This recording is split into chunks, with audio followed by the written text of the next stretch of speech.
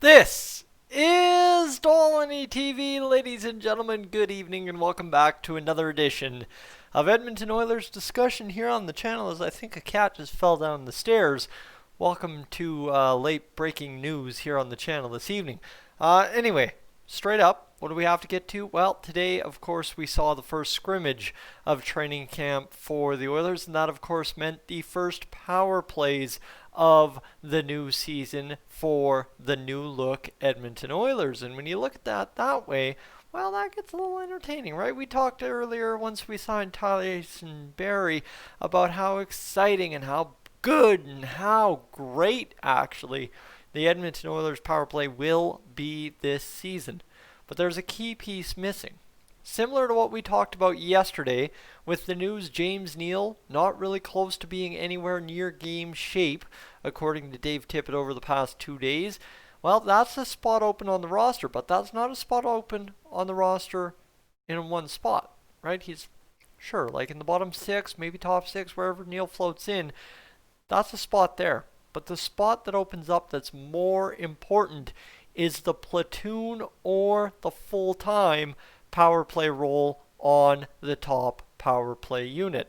Now, assuming Oilers fans understand how things are going to work, and I think 99.999, there isn't even a fraction of a percent that you can say doesn't, because everybody gets what this Edmonton Oilers power play is going to look like, okay? Ryan Nugent-Hopkins, Connor McDavid, Leon Draisaitl, Tyson Barrie. That's 4 guys. Bang, done. Now, for the Oilers, they have a couple options here, right?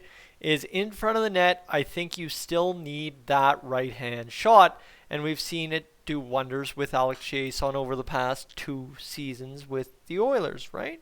Right. So now, we got to look at it this way. You got a right-hand shot on the point. Okay, Tyson Barrie benefits back there. But you've got 2 big additions after being on the roster in 18-19. Now they're big additions coming into this season after developing. That's what prospects are supposed to do after all. Jesse Puljujärvi and Kailer Yamamoto. And now those are 2 very important parts of the Oilers 5-on-5. Yamamoto especially last season. But now you get a chance to give one of those 2 guys, or maybe even both if you have a second power play unit, however Dave Tippett lines it up. And see, this is where we get in the box and outside the box. The inside the box solution says Nuge, McDavid, Draisaitl, Barrie, Chiasson. Bang, done and dusted. Well, is it that simple? Or do you go outside of the box? Yamamoto, Puljujärvi. Oh, those are a couple of options right there. Do you go even further outside of the box? Add Dominic Cahoon up there. Well, now that's 4 left shots, but technically that's what the Oilers have run for years on end at this point, it seems. So, okay, maybe you do that.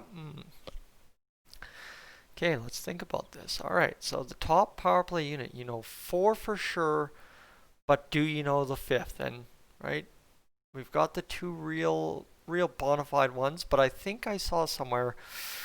Oh, what was that name? There's a big name that's performed big elsewhere over his career that we added to the lineup for $1.65 million. Oh, come on. Why can't I think of this guy? I can picture him. You know, he wears number 8 for the Oilers, but we're getting used to new numbers and new jerseys. Oh, yeah, Kyle Turris.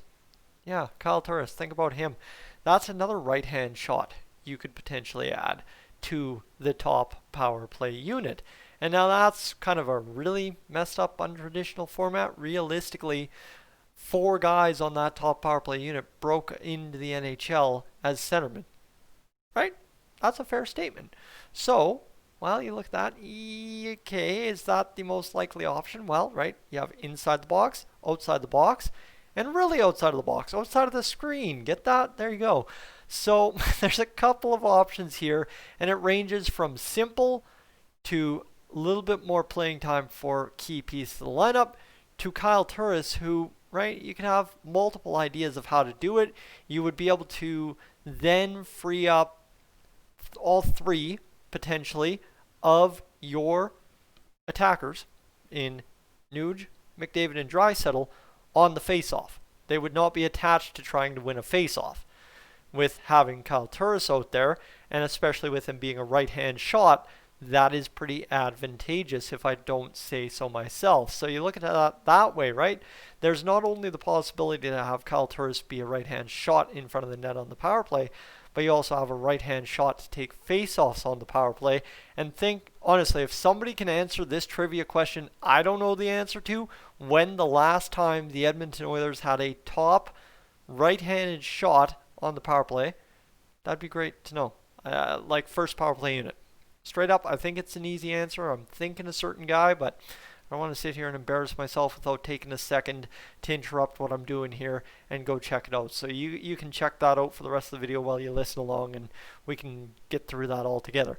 All right, ladies and gentlemen, number 2, what we need to get to is, depending on how you build that 4+1 unit, that's essentially what it is. How do you build the second unit? And that's going to be the real tough test here if you're Dave Tippett, because you look at it this way for the Oilers, right? You've got a bona fide #1 best power play potentially ever, depending on how early and often they strike this season. But then you move into a second unit, which in the Oilers' scheme of things for the past 2 or 3 years, 4 years, all the way leading back to that playoff year, has been kind of an island of failure, I guess you could say, for lack of cast-off island of cast-offs. You want to throw any more terms to describe the Oilers' non-existent second power play unit? You could have a lot of fun with that all night if you really wanted to. But when it comes to that, right, if you stick with what you know, stay inside the box, Alex Chiasson gets the job done on the top power play unit. You now have Bear, Nurse, Jones, potentially Bouchard on any given night. Cuckoo, if you really want to throw a left-hand shot out there on the point, sure. You've got, that's pretty much our defense, because you're not going to use Larson or Russell on the second power play unit, so shut up, Tyson, don't even go there. But, right, there's a couple of options to work around when all things are considered inside the Oilers' top power play unit to second power play unit. So back end's easy, right? You have some names to pick from. Second unit forwards, not quite as easy. Why? Because, well, now you've gone with Alex Chiasson on the top power play unit. That's your done and dusted. We know it works. Keep to it. Now you've got Yamamoto, Turris, Cahoon, Puljujärvi up there. That's 4 forwards. James Neal, that makes 5. Even if you are platooning him on the top unit, he's going to go out there and play the rest on the second unit. So that's 5 forwards. Then you have anyone in case they emerge, maybe a Gaetan Oss, maybe a Joakim Nygard, potentially a Josh Archibald. So you've got at least 8 power play forwards here, if I'm using my fingers right, to go out and figure out 3 spots, 4 spots maybe, on a second power play unit. However, realistically on that second power play unit, knowing that the top unit will play 115 every single power play, that's Dave Tippett's style, that's the Oilers style. I don't get it, but it is what it is. I don't know why you wouldn't go 45, 30, 45, but it's the way the Oilers do it, and it's the way it goes. Or even 45, 45, 30. There's ways to split up the power play time that the Oilers I don't even think of. But anyway, that's a discussion for later this season, when either we're really good on the power play or either really bad. All right, done and dusted, done and dusted. So you look at that, right? If you go tried and true on the top power play unit, it gets even more complicated on the second power play unit to get the rest of the guys playing time.